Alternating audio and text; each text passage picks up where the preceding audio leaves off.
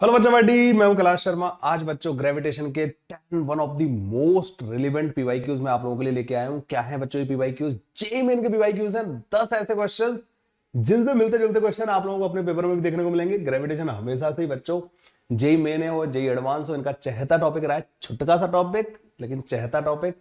इसके पीवाईक्यूज जरूर करने चाहिए बच्चों आप लोगों को, अगर अच्छा परफॉर्म करना है तो एग्जाम में।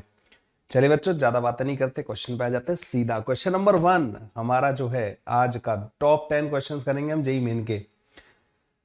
ये बच्चों ज्यादातर पीवाईक्यूज हमारे 2019 से पहले के है ना, जिससे कि आपको पुराने क्वेश्चंस का कोई आइडिया भी दिलवाए। आप देख रहे होंगे बहुत सारी जगहों पर नए नए पीवाईक्यूज आ रहे हैं ना रिसेंट ईयर्स के, लेकिन हम चाहते हैं हम पुराने वाले अच्छे लेवल के जो क्वेश्चंस इनमें दम होता था उन क्वेश्चंस को हम अपने बच्चों को सॉल्व करवाएं। A planet in a distant solar system is 10 times more massive than the Earth, and its radius is 10 times smaller. Okay. Given that the escape velocity from the Earth is 11 km per second, the velocity from the surface of the planet would be, मतलब होता है escape velocity from the surface of the planet। इन्होंने हमसे पूछा है तो escape velocity का से रिलेटेड क्वेश्चन था बच्चों। escape velocity ऐसा कॉन्सेप्ट है बच्चों जिसपे आप लोग क्वेश्चंस हमेशा एक्सपेक्ट कर सकते हैं। तो इस क्वेश्चन को कैसे सॉल्व करेंगे? आपको एस्केप वेलोसिटी का फॉर्मूला याद है? नहीं याद है तो मैं बता दूंगा कैसे करते हैं। रूट के अंदर 2gm डिवाइड बाई आर के बराबर होता है। और एस्केप वेलोसिटी का बच्चों एक और फॉर्मूला होता है, V escape is equal to root के अंदर 2 into G of G at surface into R के बराबर। ये भी होता है फॉर्मूला, ठीक है। दोनों फॉर्मूला होते हैं, जिसकी जैसे जरूरत हो उसको यूज कर लिया जाता है। तो बच्चों escape velocity at earth surface हमें दे रखी है। अब जो प्लैनेट है ना बच्चों, उसका जो मास है वो 10 टाइम्स है अर्थ के मास का, ठीक है। और उस प्लैनेट की जो रेडियस है बच्चों, वो रेडियस ऑफ अर्थ का 1/10 है, ठीक है। तो एस्केप वेलोसिटी ऑन जो प्लैनेट आएगी ना बच्चों, वो रूट के अंदर 2 into G mass of the planet divided by radius of the planet के बराबर आ जाएगी। अब बच्चों इनको अगर आप मास ऑफ द अर्थ और उनके टर्म्स में रखो तो रूट के अंदर 2g 10 times mass of the earth divided by r/10 r of the earth divided by 10। तो आप ये देख रहे हो बच्चों, ये वाला 10 ऊपर पहुंचेगा तो 10 आ जाएगा बाहर, और ये बनेगा बच्चों रूट के अंदर 2 times g mass of the earth divided by radius of the earth. और ये तो बच्चों किसकी एस्केप वेलोसिटी होती है? अर्थ की। तो प्लैनेट की जो प्लैनेट के सरफेस पे जो एस्केप वेलोसिटी आएगी ना, वो 10 टाइम्स आएगी बच्चों अर्थ के सरफेस पे एस्केप वेलोसिटी का। अर्थ के सरफेस पे कितनी दे रखी है? 11। तो 110 किलोमीटर पर सेकंड ये होगी बच्चों उस प्लैनेट के सरफेस पे एस्केप वेलोसिटी, ठीक है। एस्केप स्पीड जो होगी बच्चों वो ये होगी। इस तरीके से हम लोग जो है इस टाइप के क्वेश्चन को निपटा देंगे। बी ऑप्शन बच्चों हमारा करेक्ट ऑप्शन आ जाएगा। आप में से बच्चों वैसे तो मैंने जो प्रैक्टिस सेशन इस पर जो अपलोड किए उनमें आप लोगों ने एस्केप वेलोसिटी का कॉन्सेप्ट पढ़ लिया होगा। फिर भी अगर आप में से किसी को अगर नहीं पता है कि सर एस्केप वेलोसिटी पता कैसे करते हैं, मतलब कभी मैं फॉर्मूला भूल जाऊं तो मुझे क्या करना चाहिए? देखो बच्चों, एक पार्टिकल जो सरफेस पर रखा हुआ है, आपको इसको इतनी वेलोसिटी देनी है कि ये इन्फिनिटी पे पहुंच जाए और फिर कभी लौट के ना आए, इसके ग्रेविटेशनल फील्ड को एस्केप कर जाए। जी मास, जी ग्रेविटेशनल कांस्टेंट है, एम मास है, आर रेडियस है, और इस प्लैनेट के फील्ड को एस्केप कर जाए। तो बस आपको कुछ नहीं करना होता, यहाँ पे के इनिशियल प्लस का यू इनिशियल जो कि टोटल मैकेनिकल एनर्जी है, इसको के फाइनल प्लस का यू फाइनल के बराबर करना होता है। यू फाइनल बच्चों क्योंकि हमारा इन्फिनिटी पे, तो ये तो हो जाता है जीरो। इन्फिनिटी पे पोटेंशियल एनर्जी जीरो मानते हैं हम लोगों ने इस वाले केस में।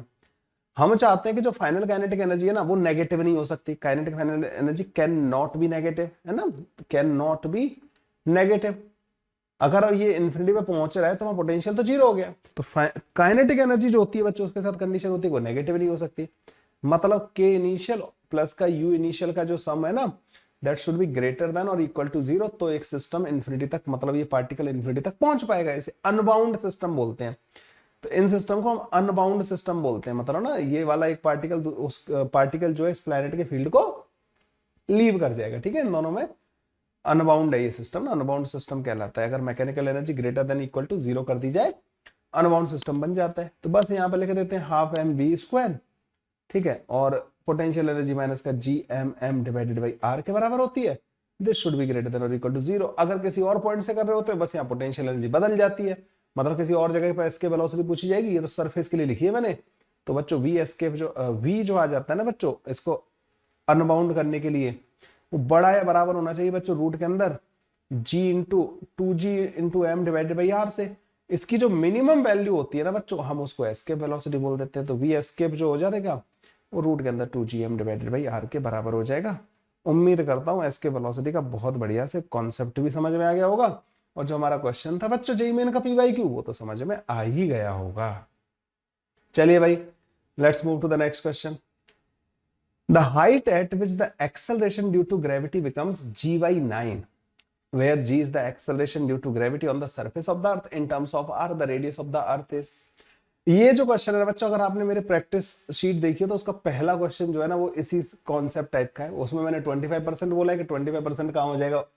तो खैर उस क्वेश्चन को सॉल्व करते हैं बच्चों। यहां पे बच्चों हो क्या रहा है कि g की वैल्यू किसी भी हाइट पे ना वो दो फॉर्मूले से लिखी जाती है। g at any height h is equal to g at surface 1 minus का 2h डिवाइडेड बाई r, ठीक है। और ये फॉर्मूला बच्चों ध्यान रखना है कि तब यूज किया जाता है जब h की वैल्यू r के सामने बहुत छोटी हो, ठीक है। अदरवाइज बच्चों कौन सा फॉर्मूला यूज करना है हाइट के लिए? अदरवाइज बच्चों g at any height h जो होगा ना वो g capital M divided by r plus का h का होल स्क्वायर होगा, ठीक है। सेंटर से डिस्टेंस किसी भी पॉइंट की जो होगी वो r प्लस h के बराबर हो जाएगी। h सरफेस से मेजर किया जाता है, जबकि डिस्टेंस जो ग्रेविटेशनल फील्ड वाले फॉर्मूले में जो डिस्टेंस होती है ना वो सेंटर से मेजर होती है, ठीक है। तो जी एच की वैल्यू बच्चों इतनी होगी। क्या बच्चों आपको ये दिख रहा है हाइट जो है जो इन्होंने पूछी है, height at which the acceleration become g/9। अगर मान लो इन चार में से कोई ऑप्शन आया तो क्या ये जो चार ऑप्शन दे रखे हैं वो r से बहुत छोटे दे रखे हैं? नहीं, मतलब हाइट r से बहुत छोटी नहीं है, मतलब ये वाला फॉर्मूला नहीं लगेगा यहाँ पे, ठीक है। तो कौन सा लगेगा? ये वाला लगेगा। तो ये कह रहा है कि सरफेस पर g की वैल्यू कितनी होती है? सरफेस पे होती है gm divided by r square के बराबर, उसका बाई 9 हो जाना चाहिए। वो हाइट हमसे इन्होंने पूछी है, तो gm divided by r plus का h का होल स्क्वायर। यहां से बच्चों r प्लस h की जो वैल्यू आ जाएगी वो 3r के बराबर आ जाएगी। तो बच्चों h की वैल्यू जो आ जाएगी वो 2r के बराबर आ जाएगी। 2r बच्चों वो हाइट है जहां पर g की वैल्यू g/9 के बराबर हो जाएगी, ठीक है। तो डी ऑप्शन बच्चों हमारे पास करेक्ट ऑप्शन आ जाएगा। और लो भाई, g का वेरिएशन विद हाइट का फॉर्मूला भी मैंने आप लोगों को यहाँ पे लगे हाथों करवा दिया। अगले क्वेश्चन पे आ जाते हैं भाई, एक और क्वेश्चन ग्रेविटेशन का। Two bodies of mass m and 4m are placed at a distance r. The gravitational potential at a point on the line joining them where the gravitational field is 0। अरे वाह, बहुत difficult question नहीं है, ठीक है। आसान सा लल्लू बल्लू सा क्वेश्चन है, लेकिन अच्छा है, ऐसे क्वेश्चंस रिपीट होने के चांसेस होते हैं, ठीक है। तो करते हैं बच्चों इस वाले क्वेश्चन को। ओके तो यहाँ पे बच्चों एक है m मास और एक है बच्चों 4m मास। दोनों के बीच का डिस्टेंस कितना दे रखा है बच्चा पार्टी? दोनों के बीच का डिस्टेंस दे रखा है हमें r के बराबर। ओके, अब ये कह रहे हैं एक ऐसा पॉइंट जहां पे ग्रेविटेशनल फील्ड दोनों का 0 हो, मतलब नेट ग्रेविटेशनल फील्ड 0 हो। मान लेते हैं वो x डिस्टेंस पे एक पॉइंट होगा। ऐसा कितनी डिस्टेंस पे होगा बच्चों? x डिस्टेंस पे एक ऐसा पॉइंट होगा जहां पे ग्रेविटेशनल फील्ड 0 हो जाए। तो बच्चों ग्रेविटेशनल फील्ड होगा कितना यहाँ पे? G M divided by X का स्क्वायर के बराबर, और ये बराबर हो जाना चाहिए बच्चों, इसका इधर आएगा, इस वाले का इधर आएगा। 4gm divided by R minus का एक्स का स्क्वायर के बराबर है ना। तो r माइनस का x बच्चों यहाँ पे 2x के बराबर आ जाएगा। x की वैल्यू बच्चों r/3 के बराबर आ जाएगी, ठीक है। x की वैल्यू आ गई हमारे पास, यहाँ से r/3 डिस्टेंस और इधर से 2r/3 डिस्टेंस। अच्छा, बाद बाकी पॉइंट पर मतलब g की वैल्यू 0 नहीं होगी, ठीक है। g की वैल्यू बच्चों दो पार्टिकल की वजह से g की वैल्यू 0 तभी हो सकती है जब दोनों का फील्ड एक दूसरे के अपोजिट आ रहा हो, सेम मैग्नीट्यूड का आ रहा हो। इस वाले रीजन में देखोगे ना तो दोनों का फील्ड दोनों मासेस की तरफ आएगा। इस वाले रीजन में भी दोनों का फील्ड दोनों मासेस की तरफ आएगा, तो कैंसिल आउट हो ही नहीं सकता। तो यहाँ पे बच्चों x की वैल्यू r/3 आ जाएगी। यहाँ पे हमें पोटेंशियल पूछा है इन्होंने ना, पोटेंशियल एट x जो होगा ना बच्चों वो होगा माइनस का gm डिवाइडेड बाई x इस वाले की वजह से, माइनस का 4gm डिवाइडेड बाई x दूसरे r माइनस का x दूसरे वाले की वजह से, ठीक है। x की वैल्यू बच्चों r/3 रख देना, v एट x आ जाएगा हमारे पास माइनस का 3gm डिवाइडेड बाई r, और यहाँ पे 2r/3 आ जाएगा बच्चों, 2r/3, 3 ऊपर जाएगा तो माइनस का 6gm डिवाइडेड बाई r। तो v एट x आ जाएगा बच्चों माइनस का 9gm डिवाइडेड बाई r के बराबर। तो सॉरी, माइनस का 9 आएगा ना, 9 कैसे लिखा है मैंने, 9 माइनस का 9gm डिवाइड बाई r के बराबर। डी ऑप्शन बच्चों इसका करेक्ट ऑप्शन आ जाएगा। AIEEE 2011 का ये क्वेश्चन था। बड़े आराम से समझ में आ गया होगा भाई, यहाँ तक तो कोई परेशानी होनी भी नहीं चाहिए किसी भी बच्चे को हमारे को। ठीक है, ऐसे धीमे धीमे धीमे धीमे कॉन्सेप्ट बिल्डिंग करते जाना है, जो पढ़ेगा वो डेफिनेटली आगे बढ़ेगा। और जो बच्चा देखो, अगर कोई शॉर्टकट ढूंढ रहा है तो भाई मैं वो शॉर्टकट वाला जादू टोने वाला फैकल्टी नहीं हूँ, मतलब ना जो ये रातों रात जादू टोना करके तुम्हें IIT या NIT में एक अच्छी रैंक परसेंटाइल दिलवा दे। भाई देखो, साथ में मेहनत करनी पड़ेगी, मैं मेहनत कर रहा हूँ तब रिजल्ट आता है, तुम मेहनत करोगे तुम्हारा भी रिजल्ट आएगा, है ना। What is the minimum energy required to launch a satellite of mass m from the surface of the planet of mass capital M and radius r in a circular orbit at an altitude of 2r? तो बच्चों ये कह रहे हैं कि यहाँ पे energy, एक सैटेलाइट को लॉन्च करना है और सरफेस ये हो गया बच्चों, मान लीजिए आपको इस ऑर्बिट में सैटेलाइट को स्टैब्लिश करना है, ठीक है। इसकी जो रेडियस है ना बच्चों, ये r के बराबर है, ओके। इसकी जो रेडियस है ना बच्चों, वो एल्टीट्यूड बोला है, एल्टीट्यूड 2r का मतलब हो गया उसकी रेडियस 3r के बराबर होगी बच्चों। ये ध्यान रखना, यहां पर ले जाकर तुम्हें इसको सेट करना है आपको बच्चों। मैंने जो क्वेश्चंस कराए थे, जो सेट 4 कराया था बच्चों मैंने, मेरी जो प्रैक्टिस शीट है उसमें मैंने बताया था, ऑर्बिट में जो एनर्जी होती है ना बच्चों, टोटल एनर्जी जो होती है, काइनेटिक प्लस पोटेंशियल का जो सम होती है, k प्लस का u जो होती है ना बच्चों, इसका फॉर्मूला याद रखना, माइनस का GMM डिवाइडेड बाई 2r के बराबर होती है ये।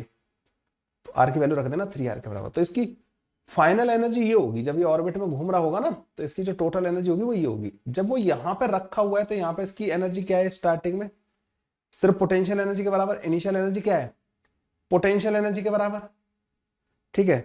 पोटेंशियल एनर्जी कितनी थी, माइनस का GMM डिवाइडेड बाई r के बराबर। अच्छा, कौन सी एनर्जी ज्यादा है बच्चों, ये वाली है ये वाली, ऑब्वियस बात है ये वाली, क्योंकि नेगेटिव के साथ आ रही है ना ये एनर्जीज, तो ये छोटा मैग्नीट्यूड है, इसका मैग्नीट्यूड कम है तो ये ज्यादा है।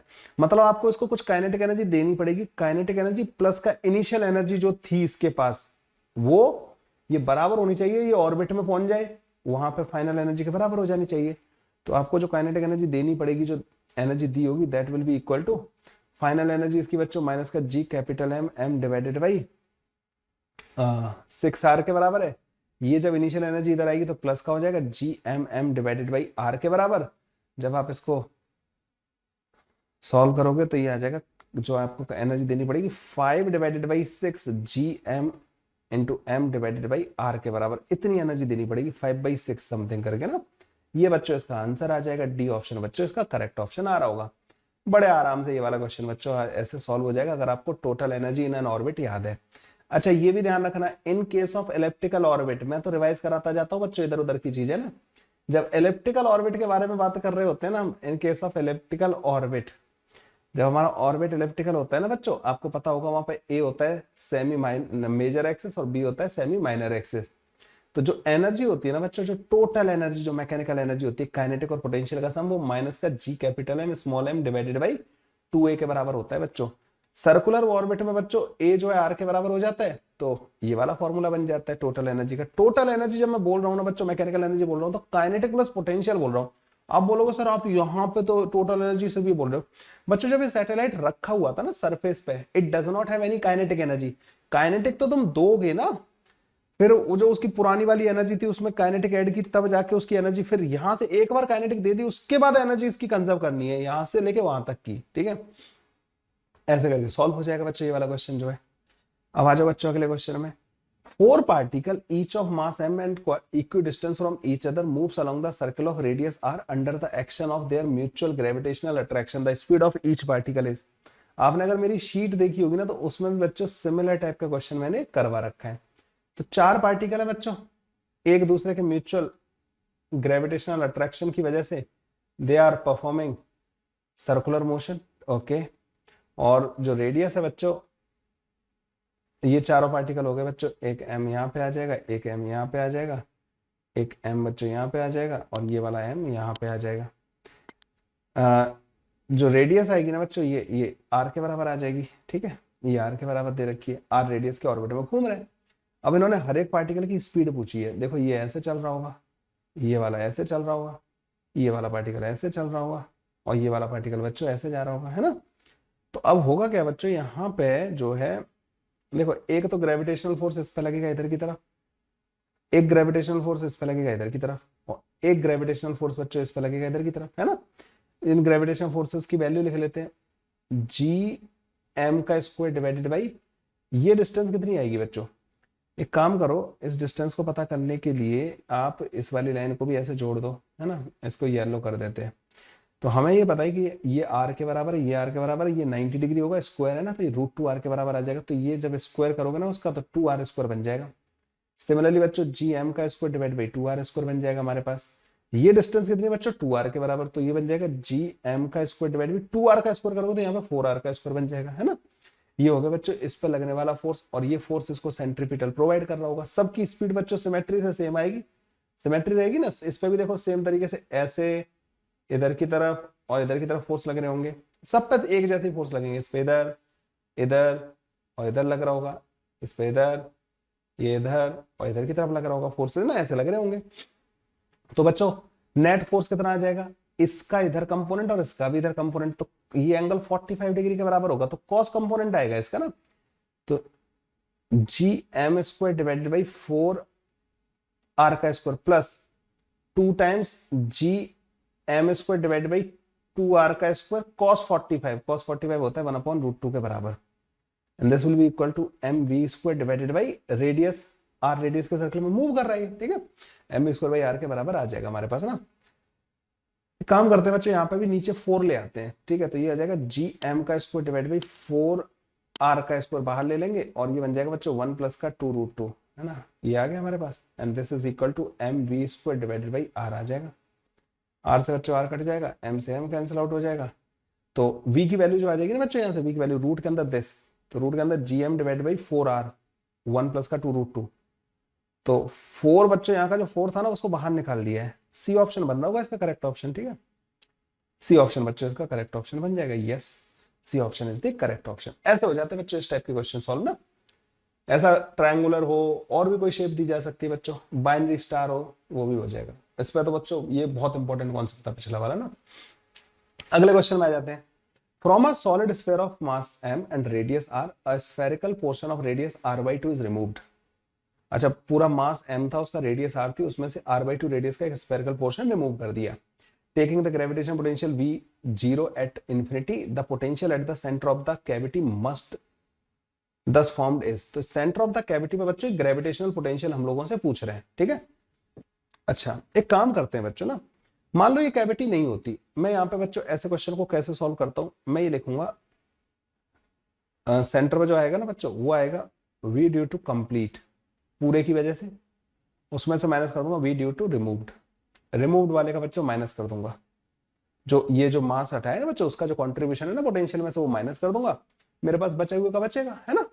अच्छा, कंप्लीट की वजह से बच्चों v कितना आता है आपको ये पता होना चाहिए। अंदर जो ग्रेविटेशनल पोटेंशियल होता है ना स्फेयर के, क्योंकि ये अगर भर दो तुम तो यहाँ पे ये अंदर वाला पॉइंट होता है, तो ये होता है G M divided by 2r का क्यूब 3r का स्क्वायर माइनस का r का स्क्वायर, ये होता है बच्चों gravitational potential at inside point. इसमें बच्चों पुट कर देना r की वैल्यू r/2 के बराबर, क्योंकि r/2 डिस्टेंस पे आपको पूछा है, तो कंप्लीट की वजह से जो ग्रेविटेशनल पोटेंशियल आएगा ना बच्चों, अच्छा माइनस के साथ आता है, ये ध्यान रखना पोटेंशियल ना, gm डिवाइडेड बाई 2r का क्यूब 3r का स्क्वायर माइनस का r का स्क्वायर डिवाइड बाई 4, ये बन जाएगा। तो v ड्यू टू कंप्लीट जो आ जाएगा बच्चों वो आ जाएगा माइनस का gm डिवाइड बाई 2r का क्यूब 11r का स्क्वायर डिवाइडेड बाई 4, ठीक है, ये आ जाएगा हमारे पास 11r का स्क्वायर डिवाइडेड बाई 4, तो माइनस का 11 gm डिवाइडेड बाई 4r, ये हो गया बच्चों कंप्लीट की वजह से जो पोटेंशियल यहाँ पे आता। अब बच्चों ये जो रिमूव्ड वाला पार्ट है इसका मास कितना रहा होगा m/8, क्योंकि इसका वॉल्यूम जो है रेडियस r/2 है, तो वॉल्यूम क्या होता है 4/3 पाई r क्यूब, रेडियस r/2 कर दी तो वॉल्यूम क्या हो जाएगा, वॉल्यूम बाई पुराने वाले का 8 हो जाएगा, तो पूरे वॉल्यूम का 1/8 होगा ये। तो ये मास कितना रिमूव किया m/8। क्या आपको पता है सेंटर पे जो पोटेंशियल होता है ना बच्चों, जब आप यहाँ पे किसी स्फेयर के सेंटर पे जो पोटेंशियल होता है उसके खुद की वजह से r की वैल्यू 0 रख दो, तो वो उसके सरफेस पे जो पोटेंशियल आ रहा होता है ना उसका 3/2 होता है।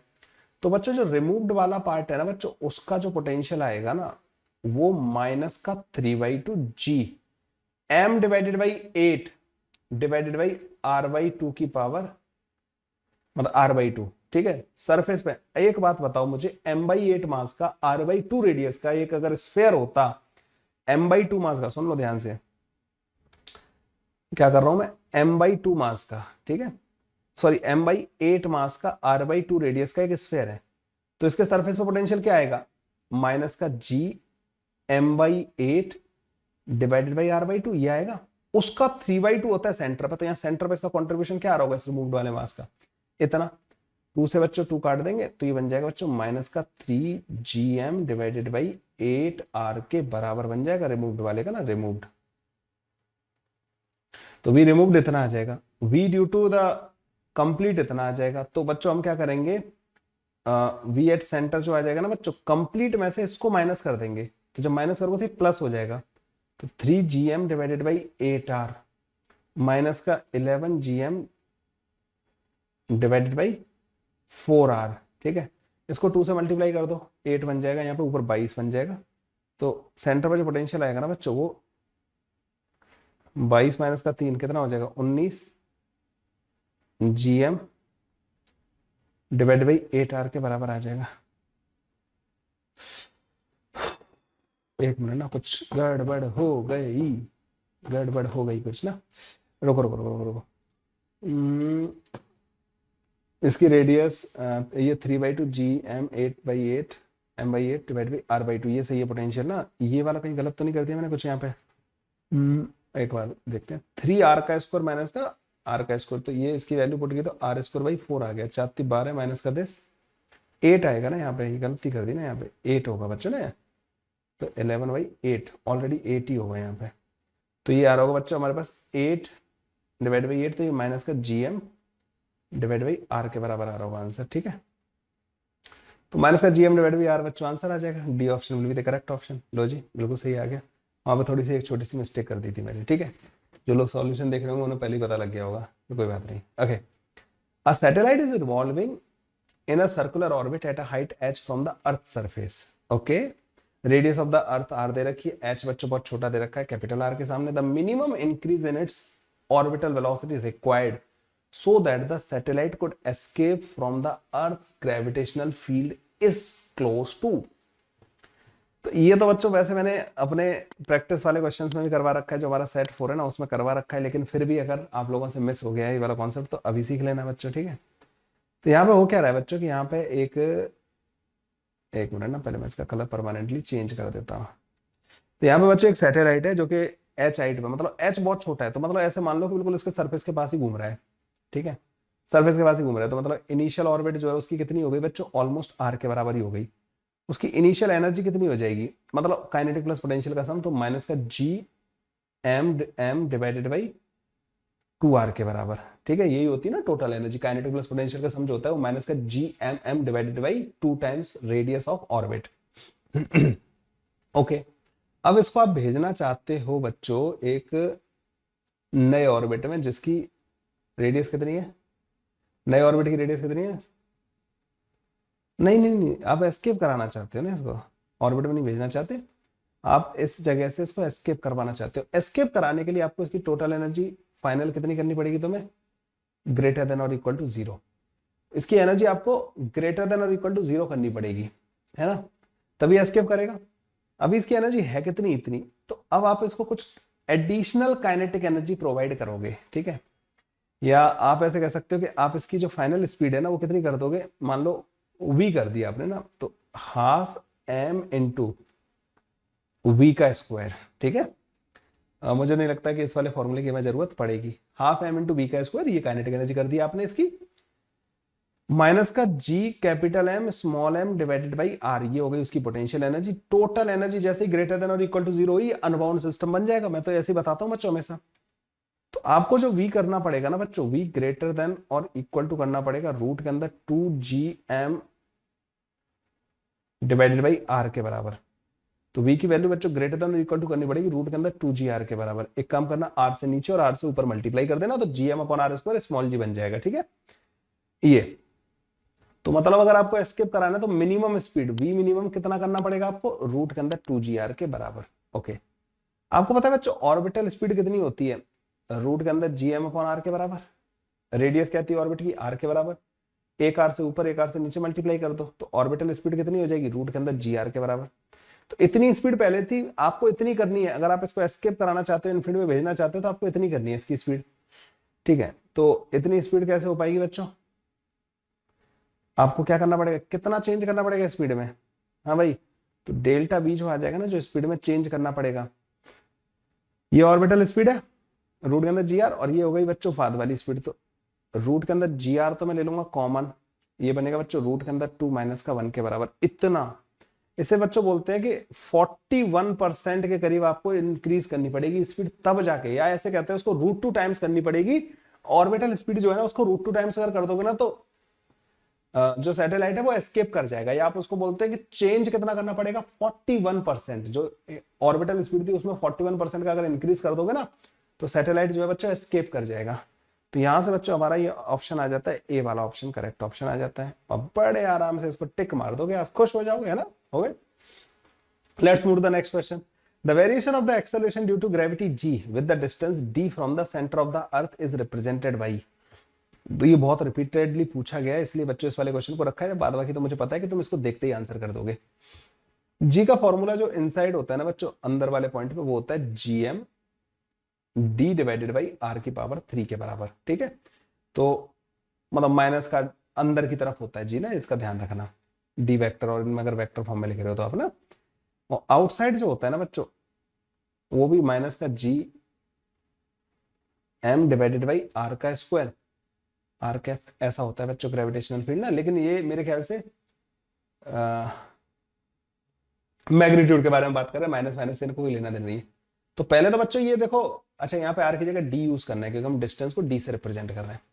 तो पहले तो बच्चों लीनियरली डिपेंडेंट आएगा, मतलब ना अंदर वाले पॉइंट पे जी की वैल्यू जो आएगी बच्चों, gravitational acceleration due to gravity जो आएगा बच्चों, वो कैसा आएगा, उसका जो वेरिएशन आएगा लीनियर आएगा, किसके साथ, डी के साथ, और बाद में बच्चों 1/d स्क्वायर के प्रोपोर्शनल आ जाएगा।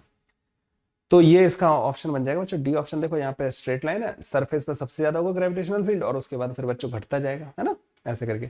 आप एक चीज देख रहे हो बच्चों, एक अंदर पॉइंट मिला करेगा आपको और एक बाहर पॉइंट मिला करेगा, जिसपे ग्रेविटेशनल फील्ड की वैल्यू सेम होगी, है ना।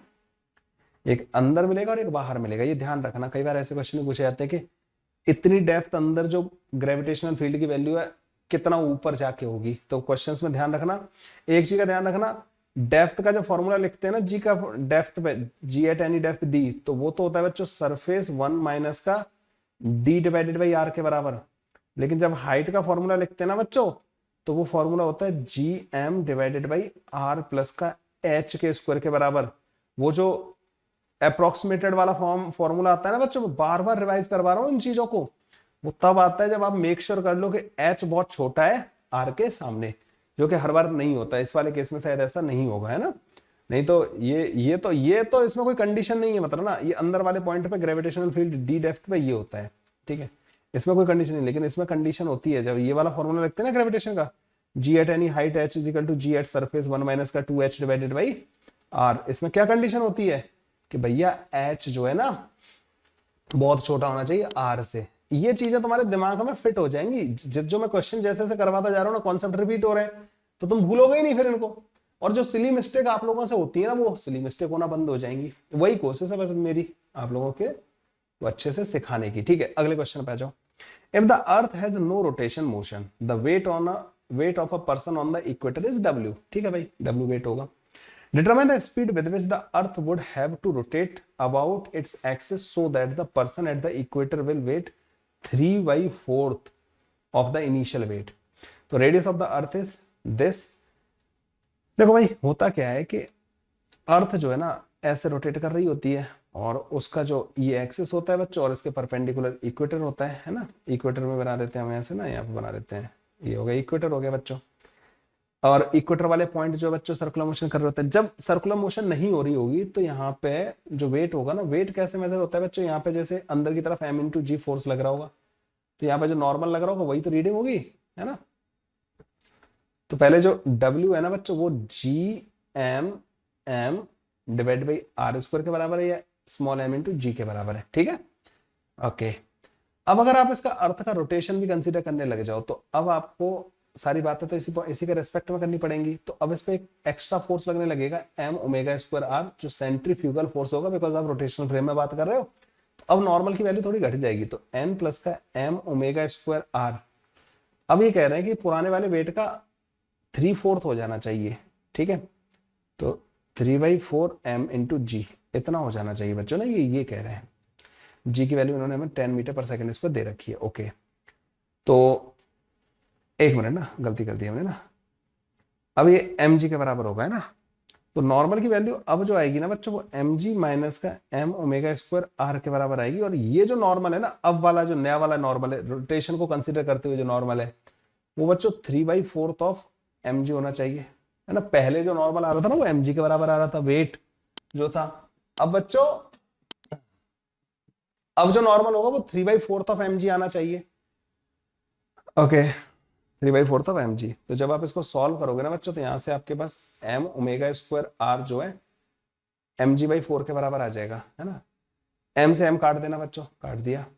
ओमेगा की वैल्यू पूछ रहे हैं हमसे ना ये, तो ओमेगा जो आ जाएगा बच्चों रूट के अंदर g/4r के बराबर आ जाएगा। ठीक है, ओमेगा की वैल्यू रूट के अंदर g/4r के बराबर आ जाएगी। तो देखो भाई, ओमेगा कितना आ जाएगा, रूट के अंदर g, रूट के अंदर g की वैल्यू रखो 10 divide by 4 into R. R कितना है 6 4 इंटू 10⁵ मीटर में कन्वर्ट कर लेना। ठीक है, ओके, इसको उड़ा देना बच्चों, तो 4 बन जाएगा। तो ओमेगा आ जाएगा बच्चों हमारे पास 1/2 इसका, 1/8 64 का, और 10⁻² इसका। ठीक है, तो ओमेगा की वैल्यू बच्चों 1/16 इंटू 10⁻² के बराबर आ जाएगी। एक काम करना है, इसको लिख लेना 100 डिवाइड बाई 16 इंटू 10⁻⁴। 16 छक्के 96 होता है, और 16 दूनी 32, 16 पंजे 80 इंटू 10⁻⁴। तो अगर मैं इसको एक यहाँ से उड़ाऊं, तो कुछ कुछ ए ऑप्शन फिर भी मतलब काफी क्लोज होगा, है ना। ए ऑप्शन बच्चों फिर भी काफी क्लोज बैठेगा, और हमारा आंसर भी ए ऑप्शन ही है। ठीक है, 10⁻³ के टर्म्स में दे रखा है, हमारा 10⁻⁴ में आया है। ठीक है, इस वजह से बच्चों जो डिफरेंस है वो यहाँ पे सेट हो जाएगा। ओके, अब अगले वाले क्वेश्चन में आते हैं बच्चों। यहाँ से अगला क्वेश्चन क्या है, अगला क्वेश्चन है बच्चों, the mass density of a spherical body is given by this. Mass density मतलब रो वेरिएबल दे रखा है k/r, एंड बाहर 0 दे रखा है। Okay, r greater than r के लिए, where r is the distance from the centre, the correct graph that describe the quantitatively the acceleration of the test particle as a function of r। देखो बच्चों, बाहर तो 1/r² के proportional आना चाहिए। ठीक है, ओके, सब में ही दे रखा है, इससे तो कोई हेल्प ही नहीं मिली। चलो भाई, अब हम क्या करेंगे, हमें ग्रेविटेशनल फील्ड अंदर वाले पॉइंट्स पे पता करना है। तो एक काम करते हैं बच्चों, as a function of R पता कर लेते हैं ग्रेविटेशनल फील्ड को ना। तो यहाँ पे ग्रेविटेशनल फील्ड बच्चों मुझे जैसे पता करना है, ठीक है, मान लीजिए आर डिस्टेंस पे मुझे ग्रेविटेशनल फील्ड सेंटर से आर डिस्टेंस पे पता करना है। तो मैं क्या करूंगा बच्चों, यहाँ पे एक शेल बनाऊंगा, एक एलिमेंट लूंगा बच्चों, शेल एलिमेंट होगा ऐसे करके ना। ये एलिमेंट ले लिया बच्चों, इसकी रेडियस में लूंगा बच्चों एक्स के बराबर। इसकी एलिमेंट की रेडियस क्या ले रहा हूं मैं, एक्स के बराबर ले रहा हूं, है ना। इसकी जो डेंसिटी आएगी ना बच्चों, फिर वो k/x के बराबर आएगी, क्योंकि x हर जगह सेम है, तो डेंसिटी भी सेम आएगी। और क्योंकि r के साथ ऐसे वेरी करेगी, तो x के साथ ऐसे वेरी करेगी। तो बच्चों इसका जो dm मास आ जाएगा ना, dm मास, वो इसकी डेंसिटी जो कि k/x के बराबर है, दैट इनटू वॉल्यूम। इसका वॉल्यूम कितना आएगा बच्चों, 4πx² इंटू dx के बराबर, ये आएगा वॉल्यूम। तो dm बच्चों हमारे पास इतना आ जाएगा इस वाले पार्ट का ना। अब बच्चों मुझे करना क्या है, बेसिकली होता क्या है बच्चों, जो ग्रेविटेशनल फील्ड होता है ना इस वाले पॉइंट पे, वो इस वाले मास की वजह से होता है।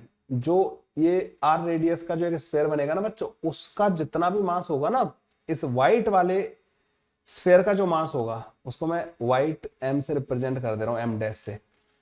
क्योंकि ये जो बाहर वाले जो शेल बनेंगे, उनकी वजह से अंदर वाले पॉइंट पे ग्रेविटेशनल फील्ड आएगा नहीं, इन बाहर वालों की वजह से। सिर्फ इस व्हाइट वाले स्फीयर के अंदर जितना भी मास होगा ना, उसकी वजह से ग्रेविटेशनल फील्ड आएगा। तो बस इस व्हाइट वाले मास को कैलकुलेट कर लेंगे। कैसे कैलकुलेट करेंगे व्हाइट वाले मास को, व्हाइट वाले स्फीयर के अंदर के मास को, इसको इंटीग्रेट कर देना, बस 0 से लेके r तक इंटीग्रेट करना, 0 से लेके r तक इंटीग्रेट करना।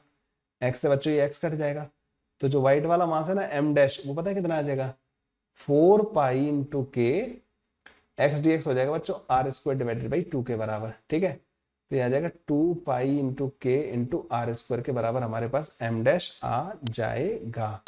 तो जो मास होगा ना बच्चों इसका, जो व्हाइट वाले सर्कल के अंदर होगा, वो इतना होगा। उसकी वजह से अब इस वाले व्हाइट वाले जो स्फेयर है ना बच्चों, इसके मास को पूरा कंप्रेस करके रख दो, बाहर वाले को उड़ा दो, और उसकी वजह से आर डिस्टेंस पे कितना आएगा ग्रेविटेशनल फील्ड, तो gravitational field at any R जो आएगा ना, आर लेस देन आर के लिए लिख रहा हूं मैं ये फॉर्मूले, ठीक है।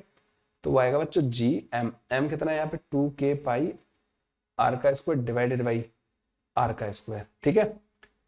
आर के स्क्वायर से आर का स्क्वायर कट जाएगा, तो जी इनसाइड जो आएगा ना बच्चों वो कांस्टेंट आ जाएगा। गजब यार, है ना, ये कांस्टेंट ही आ गया अंदर वाले पॉइंट पे। ओके, तो अंदर वाले पॉइंट पे बच्चों जी की वैल्यू कांस्टेंट आ जाएगी, बाहर 1/r के प्रोपोर्शनल आएगी। एक ही ऑप्शन मुझे दिखाई दे रहा है ए वाला, और ये बच्चों हमारा करेक्ट ऑप्शन हो जाएगा। जल्दबाजी में इसका आंसर कुछ भी नहीं मार के आ जाना है, ठीक है। ये बच्चों इसके इंटीग्रेशन से आएगा, इंटीग्रेशन से बड़े आराम से इसको सॉल्व कर लेते हैं। तो हम कैसे करते हैं बच्चों, मैंने क्या कॉन्सेप्ट लगाया है, कभी भी कोई स्फीयर होता है ना, अंदर वाले पॉइंट पर अगर मुझे ग्रेविटेशनल फील्ड पूछा होता है तो मैं क्या करता हूँ, उस अंदर वाले पॉइंट से पास होता हुआ एक स्फीयर बना लेता हूँ। बाहर वाले मास को उड़ा दो, उसको पूरे को कंप्रेस करके एक पॉइंट मास मान लो, मतलब उस अंदर वाले का मास चाहिए होगा, उसको पॉइंट मास रख लो, फिर आर डिस्टेंस पे ग्रेविटेशनल फील्ड लिख लो। यही मैंने किया है, मैंने जो व्हाइट वाला स्फीयर बनाया उसके सारे मास को एम डैश को सेंटर पर रख दिया, अब आर डिस्टेंस पे मैंने ग्रेविटेशनल फील्ड उसकी वजह से लिख दिया। ऐसे हो जाएगा बच्चों ये वाला क्वेश्चन सॉल्व। कमेंट करके जरूर बताना बच्चों कैसा लगा, मतलब जो बच्चा एंड तक आया ना, मतलब जिसने सारे क्वेश्चन सॉल्व किए, उसको कैसा फील हो रहा है, मतलब ना कुछ डिफरेंट, कुछ इंप्रूवमेंट फील हो रहा है। हाँ, मैंने एस्के वेलोसिटी का भी फॉर्मूला रिवाइज कर लिया, मैंने वो जो स्क्वायर म्यूचुअल इंटरेक्शन की वजह से सर्कुलर मोशन करता है उसका भी फॉर्मूला रिवाइज कर लिया, मतलब डिफरेंट डिफरेंट वेराइटी की या नहीं की, सिर्फ 10 क्वेश्चन में। तो मैं क्वेश्चन ही सेलेक्ट ऐसे करता हूँ जिनमें आपके मल्टीपल कॉन्सेप्ट आपके यूज हो रहे होते हैं और वो फॉर्मूलाज आपके रिवाइज हो रहे होते हैं। प्यार से करा रहा हूँ बच्चों, धीमे धीमे करते रहिए मेरे साथ। जो मेहनत करेगा उसको सफलता जरूर मिलेगी, बस ये है, ये मेरा मानना है और यही शायद आपका मानना होना चाहिए। साथ में मिलकर मेहनत करते हैं बच्चों, दोनों सफलता पाते हैं। वीडियो को लाइक शेयर सब्सक्राइब करना मत भूलिएगा। आपके अगर फ्रेंड्स IIT जेईई की तैयारी कर रहे हैं, जेईई मेन की तैयारी कर रहे हैं, जेईई एडवांस की तैयारी कर रहे हैं, हमारे चैनल के बारे में उनको जरूर बताइए कि यहाँ पे आप अपनी प्रिपरेशन को 4 चांद लगाने का काम कर सकते हैं। मिलते हैं बच्चों नेक्स्ट वीडियो में, तब तक के लिए बाय बाय, टेक केयर।